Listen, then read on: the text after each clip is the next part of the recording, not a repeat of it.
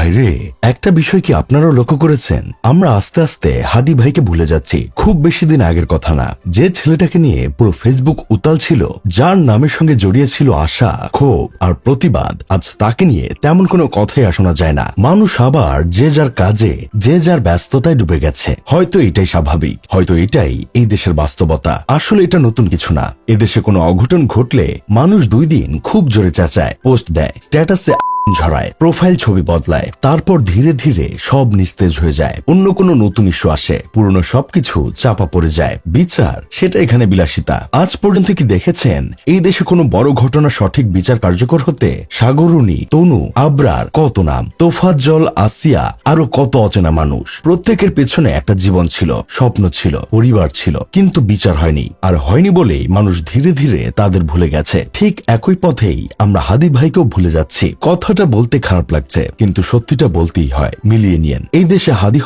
কোনো বিচার হবে না। 2 দিন পর নতুন কোনো ইস্যু আসবে, নতুন কোনো নাটক শুরু হবে, আর আমরা হাদিকে পেছনে ফেলে সেদিকেই ভেসে যাব। কয়েকদিন পর হয়তো শাকিব খানের নতুন ছবির টিজার মুক্তি পাবে, আমরা সেটা নিয়ে ফেসবুকে তোলপাড় সৃষ্টি করব। হয়তো সুনেরা নতুন কোনো ভিডিও আপ দিবে, আমরা সেটা নিয়ে মাতামাতি করব। কেউ জাস্ট ফ্রেন্ডের সাথে ভাইরাল হবে, কেউ বা লিটনের ফ্ল্যাটে গিয়ে কট খাবে। আমরা তখন এইগুলো নিয়ে ব্যস্ত হয়ে যাব। বন্ধুদের এইগুলো শেয়ার করতে করতে আমরা ভুলে যাব এই দেশে হাদি নামের একজন ছিল, যে চেয়েছিল এই দেশ এবং দেশের মানুষের জন্য কিছু করতে।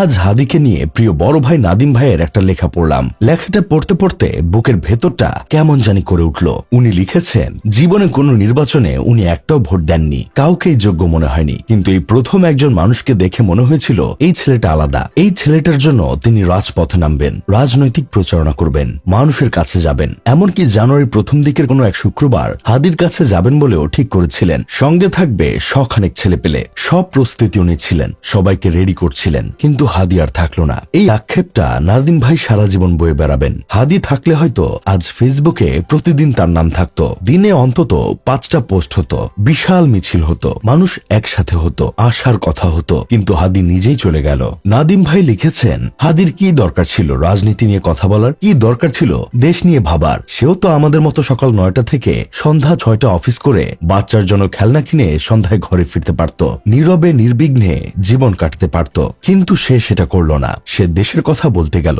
অন্যায়ের বিরুদ্ধে দাঁড়াতে গেল, আর আমরা গন্ডারের চামড়া গায়ে মেখে চুপচাপ ভালোই থাকি। সত্যি কথা বলতে কি ভাই, নাদিম ভাইয়ের মতো এই দেশ নিয়ে আমিও কোনো স্বপ্ন দেখি না। এই দেশ আমাদের মতো সাধারণ মানুষের জন্য না। এই দেশ হলো ক্ষমতালোভী, তেলবাজ, বাটপারের দেশ।